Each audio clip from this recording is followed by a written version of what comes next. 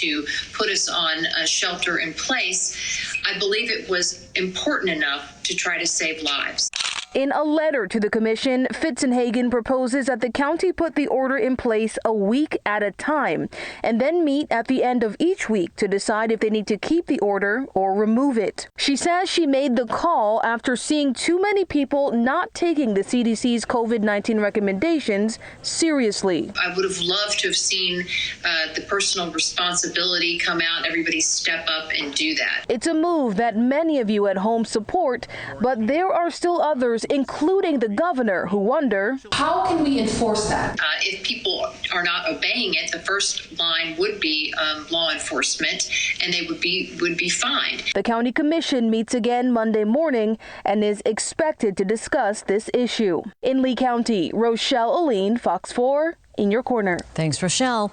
And the city of Sanibel will not issue a stay-at-home order for the island. City council members there held an emergency meeting this morning to talk about how to slow the virus's spread. Right now, though, non-essential businesses will stay open. If you fly through RSW anytime soon, you might see National Guard members there. The state's National Guard is helping the health department with screenings at 7 airports across Florida, and this includes Southwest Florida International. More meals for the kids in Lee County on the way. The school district now expanding its grab and go program for next week. 6 more schools and 15 bus stops are being added to the program. Breakfast and lunch coming together in one bag. They're free for kids 18 and younger, but your child must be with you if you pick one up. To find a list of where and when you can grab those bags, just go to the district's food and nutrition page. It's on its website. And thanks to all the volunteers for making that happen. It's not easy. And district employees. Tonight, a local church in Fort Myers and some very generous donors are helping out the community in this time of need. Fox 4's Leslie Delaspore has more on this heartwarming story. The pandemic that is coronavirus has left many of us not knowing where to turn for food, groceries, or even answers. But the Pentecostal Church of God in Fort Myers says they are here to help. Earlier today, they held a drive handing out food and money to an estimated 200 families in the Dunbar community. Senior Pastor Carlos Tribol says he's more than grateful to help community members. We're honored to be part of the blessing to our community.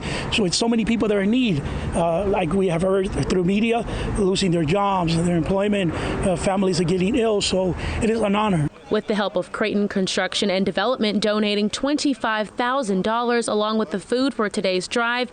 In this video provided to us by Priority Marketing, Dan Creighton says he wanted to help the heart of the community. And I didn't want to just give to some organization that, you know, it trickles down and by the time it gets there, 10% get to the people. I really wanted to hand out real money to real people. Senior Pastor Tribol says it is important community leaders and those who can help do their part during this time. Well, in midst of the crisis and pandemic like we're having in our community, this is what the church is all about. This is what the church rises up to help our community. The church is not only to be here just to worship, it's also to serve our community. Reverend Suarez Israel, chaplain for the Fort Myers Police Department and CO of the Nations Association, described today's event as a miracle. And this coming to be like from heaven. I mean, it's coming to be wonderful. In addition to that, we give them a meal, and the people they were so excited. You see some people crying because they didn't expect to get there.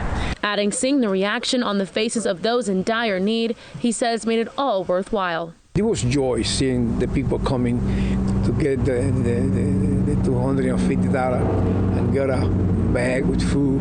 I mean, this is what Christianity is all about. In Fort Myers, Leslie Delaspore, Fox 4, in your corner.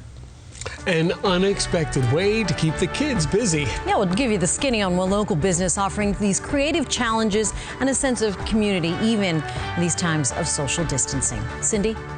94 degrees today at Page Field, and again this weekend, the hottest temperatures are going to occur inland. We'll talk about that and when we're going to see a break. All that coming up. It can't all be we're closing, so we want to emphasize who's open. We've been doing that here at Fox 4. Something we just started this week, a series of stories called We're Open Southwest Florida. Yeah, these stories are just as important. We're highlighting local businesses now adapting and finding new ways to serve you because of the coronavirus, including tonight's new kind of ensemble. Our morning anchor Chris Shaw has tonight's story. When the curtains open on stage, performers are taught to be ready for anything, even this. There is a phrase in theater, the show must go on. So in this case, I guess the show must go online. That's Dana Alvarez. She's the theater director at Melody Lane Performing Arts Center in Cape Coral. And with the studio closed because of the coronavirus, she and others have had to figure out how to keep the business going. And the kids engaged. That's what a teacher will do. Like, okay, what do I need to do? This is what I need to do for my kids. I'm going to make it happen however I can. She's doing it the same way she's talking to me.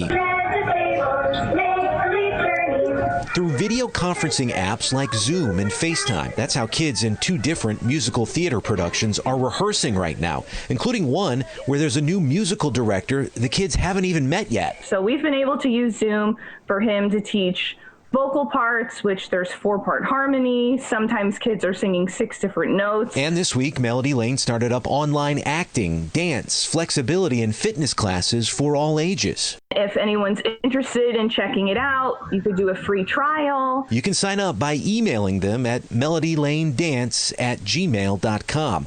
Or if you're just looking for something quick and fun, check out their Facebook page where they're doing daily music and theater-related challenges. We've had Into the Woods, go perform out in nature somewhere. Everyone I've ever loved is here within these walls. The Lion King, show us how you've been chilling at home, lying around. None of this is ideal, and hopefully it'll be just a few weeks. We're just kind of like everybody else, going day by day, hour by the hour, assessing where we are and trying to plan ahead as best as we can. There we go. But as Dana says, the show must go on.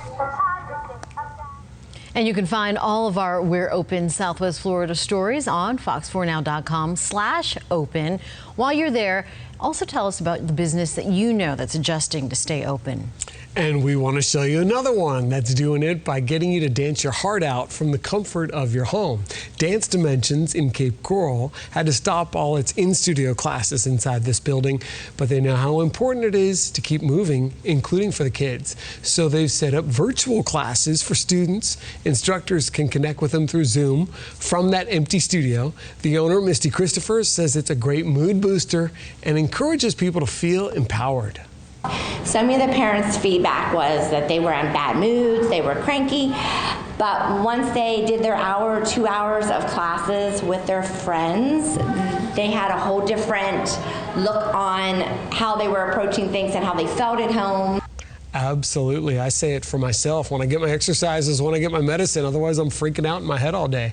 If you'd like to give it a try, you can go to their website. They'll share different types of classes that you can try for yourself. Well, the governor's order to lift an alcohol delivery ban is giving hope to small breweries in our area, like Millennial Brewing Company in downtown Fort Myers. They started yesterday.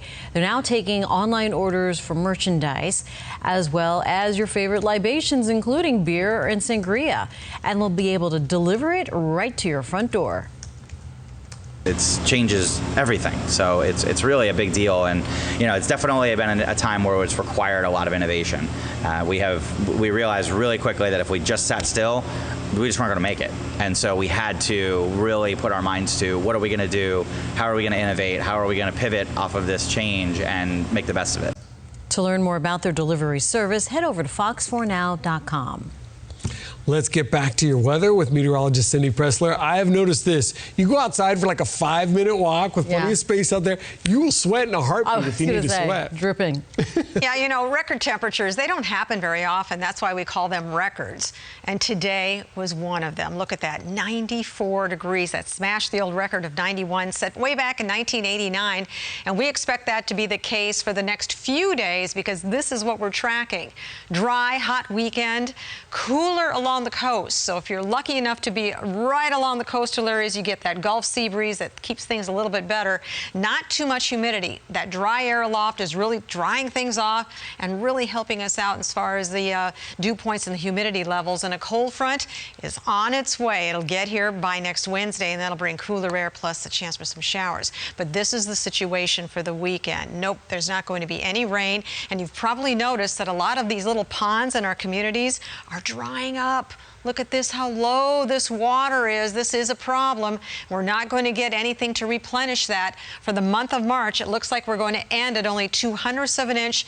That puts us already at 2.5 inches below average for just March. For the entire year, we are definitely falling into a deficit now. Dry air aloft, lots of orange showing up.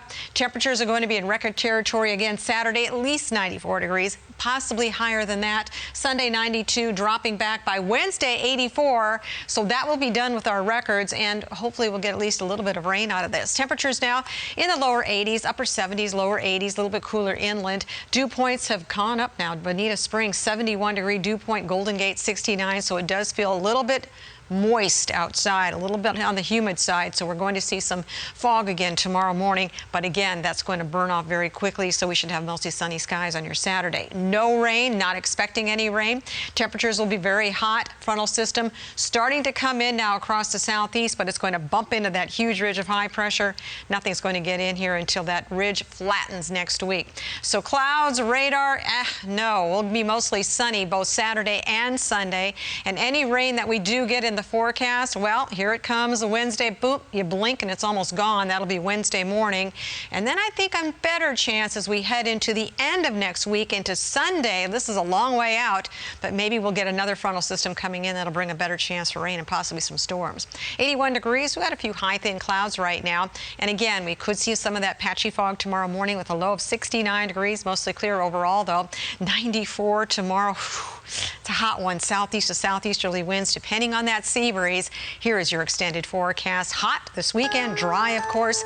Tuesday back down to 87 degrees, and by Wednesday only in the mid 80s with a chance for showers. Thursday and Friday also looking great. Caring for man's and woman's best friend, the group that's getting creative to make sure pet adoptions keep moving forward. And if there is a silver lining to the coronavirus pandemic, researchers now see a positive impact on the environment. What they're learning straight ahead on Fox 4 News at 10. Stay well. Look at this face of this little pussycat. How can you not want to take it home? Animal shelters are preparing for more surrendered pets across Florida as more and more folks are facing hard times. So they're thinking out of the box to find these animals new homes. Shelters like this one in the Orlando area are offering FaceTime sessions with the pets to see if you're a match. You know, there'll be a human to facilitate. They'll even deliver the pet right to the new owner's door. And the program's getting results, like one owner who says one cat just wasn't enough for her. I would take everyone if I could. But you know what? In this time that people are dumping their animals, I chose to give two a home. The U.S. Humane Society says they're seeing animal adoption and foster care spikes all over the country right now, believing that more humans are turning to animals for a little assistance with self-isolation and the loneliness that comes with it. Well, you're likely taking extra care of your health these days. Hopefully that's the case. But that extra care is also adding up to success for some of Florida's endangered species. We have the story coming up on Fox 4 News at 10. Plus, our community is mourning the death of a local DJ after a coronavirus diagnosis. Tonight, we're remembering his legacy and looking into what's being done to keep you safe. Live from the station that's in your corner, you're watching Fox 4 News at 10. With so many people in Southwest Florida and around the country and the world reeling from the financial crush of coronavirus, Congress has passed the largest financial bailout plan in modern history. And the president has signed it into law. Lauren Blanchard explains what it means to you. We have done a job the likes of which nobody's seen. Just after President Trump signed a $2.2 trillion stimulus package, he announced he had invoked the Defense Production Act to have General Motors start producing ventilators. Over the last several days, we ran into roadblocks with GM. We cannot afford to lose a single day This invocation of the DPA should demonstrate clearly to all that we will not hesitate to use the full authority of the federal government. In the latest briefing by the Coronavirus Task Force, the president also announced in the next 100 days the government will produce or buy 100,000 ventilators needed for the most sick coronavirus patients and will increase testing. We're now testing nearly 100,000 patients per day. On Saturday, President Trump will travel to Norfolk, Virginia to see the U.S. Navy hospital ship Comfort off as it sets sail for New York City. It's expected to arrive there on Monday. It sends a signal when the president is able to go there and say thank you. Meanwhile, having passed the CARES Act, members of Congress have, for the most part, left the Capitol for their own districts. Already, some lawmakers and state and local officials are calling for yet another bill because of the uncertainty of when the outbreak will be contained. Any message is being put forward that this will be over by Easter is just unfair, as I know the facts to be. That April will be tougher than March, May could even be tougher than April. Monday marks the end of the president's original 15-day quarantine period. He said he'll be meeting with his top health experts on Monday or Tuesday to figure out what the next guidelines will be. In Washington, Lauren Blanchard, Fox News. Tonight, Southwest Florida mourns the loss of Conrad Buchanan, better known as DJ Griff Gotti. Showing some of the videos, and a lot of people, even on our station, our colleagues have him on their phone. He was well known in the community. He died just days after he announced on Facebook he had tested positive for coronavirus. He and his wife went public because they want to warn you to be safe. And some of the people who knew him and loved him have been telling Fox 4's Rachel Lloyd what he meant for the community. Everyone I spoke with today, from DJs to club owners, shared the same message. He brought life to every party.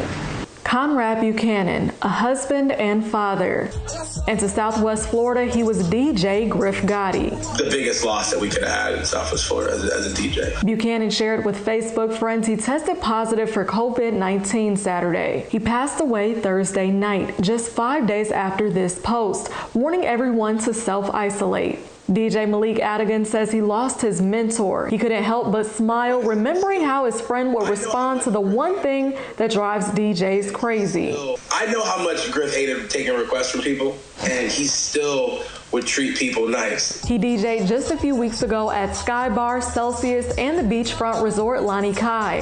All club owners have said they are deep cleaning each business. Adigan says as he mourns the loss of an exceptional DJ, he hopes everyone can see this as a wake-up call to protect your health. He warned us on his social media about it, and if he's telling us, then we got to take it serious. We should see this as a warning of, like, let's not play games with this thing. Loved ones have also started a GoFundMe page to help Buchanan's wife and daughter pay for his memorial.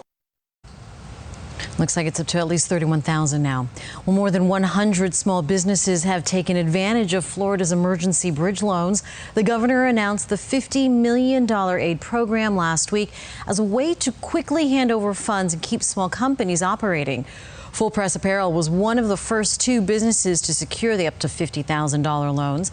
After losing about 60% of their business, co-owner Danny Shrine says the money saved him from having to lay off some more staff. He says the loan will cover him until expected federal aid arrives. All of us as small businesses are dependent on our employees, and so being able to keep them engaged and get right back to work once everybody can is going to be good for us all. The loans are free of interest for a year, but then jump up to 12%. Businesses have until May 8th to apply unless funding runs out first. And more than 10% of that $50 million is already gone.